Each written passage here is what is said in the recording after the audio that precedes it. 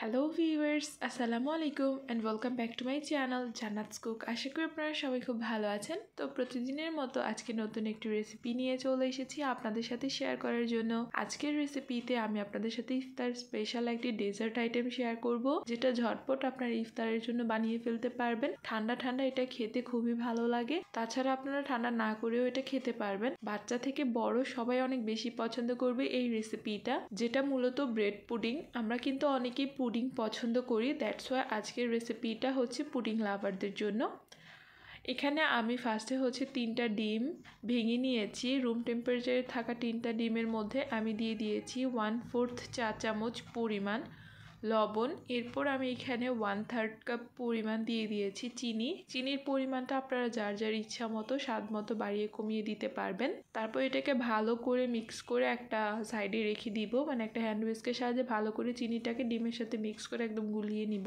তারপর আরেকটা বাটির মধ্যে আমি নিয়ে নিচ্ছি ব্রেডগুলাকে আমি হচ্ছে ছোট ছোট টুকরা করে এরকম হাত দিয়ে ছিঁড়ে দিচ্ছি। আপনারা চাইলে ব্রেড নাইফ দিয়েও কিন্তু এগুলাকে কেটে দিতে পারেন।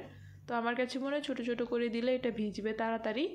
তো এটাকে ছোট ছোট করে টুকরা করে নিয়েছি। আমি এখানে 2টা ব্রেড ব্যবহার করেছি বড় সাইজের। আপনারা যদি ছোট ব্রেড ব্যবহার করেন সেক্ষেত্রে 3টা থেকে 4টা ব্যবহার করতে পারেন। তারপর এখানে আমি দিয়ে দিয়েছি 2 কাপ পরিমাণ লিকুইড মিল্ক। এই মিল্কটাকে আমি আগে জাল করে ঠান্ডা করে নিয়েছি। তারপর এটাকে আমি 10 মিনিটের জন্য রেস্টে রেখে দিব। 10 মিনিট পর আমি একটা ব্লেন্ডার জারের মধ্যে এই মিক্সচারটা নিয়ে আমি এটাকে ব্লেন্ড করে নিব একদম স্মুথভাবে, যেন কোনো লাম্পস না থাকে।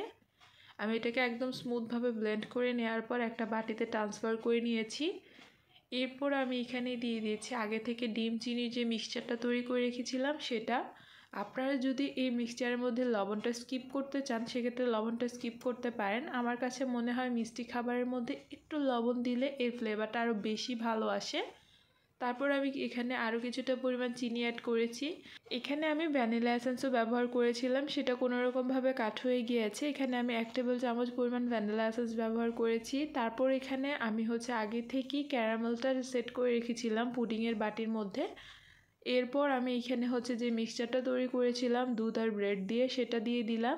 দিয়ে এটাকে আমি চুলার কিন্তু পানির মধ্যে ভাপিয়ে নিব বা হিট দিয়ে নিব আর কি। আপনারা চাইলে ওভেনেও করে নিতে পারেন। চুলায় আমি 40 থেকে 45 মিনিটের মতো রেখেছিলাম। চুলার জাল মিডিয়াম টু হাইতে দিয়ে এটাকে আমি বেক করে নিয়েছি।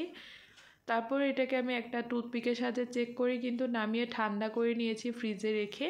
এখন মোল্ড আউট করে নিব। মোল্ড আউট করার জন্য সাইড দিয়ে কিন্তু আমি নাইফের সাহায্যে একটু আলগা করে নিয়েছি, যাতে করে সাইডে লেগে না থাকে। তারপর এটাকে আমি মোল্ড আউট করে নিয়েছি। আমি আপনাদেরকে কেটে দেখাচ্ছি এর ভেতরের সাইডটা কতটা সুন্দর হয়েছে। আশা করি আপনাদের কাছে আজকের এই ছোট্ট রেসিপিটা অনেক ভালো লাগবে। কেমন হয়েছে অবশ্যই কিন্তু কমেন্ট করে জানাতে ভুলবেন না। যারা ইফতারে এরকম একটু মিষ্টি টাইপের ডেজার্ট পছন্দ করেন তাদের কাছে এটা খুবই ভালো লাগবে আশা করি। তো কেমন হয়েছে অবশ্যই কিন্তু জানাতে ভুলবেন না। সবাইকে রমাদান মোবারক জানিয়ে আজকের ভিডিওটা এখানেই শেষ করছি। আল্লাহ হাফেজ।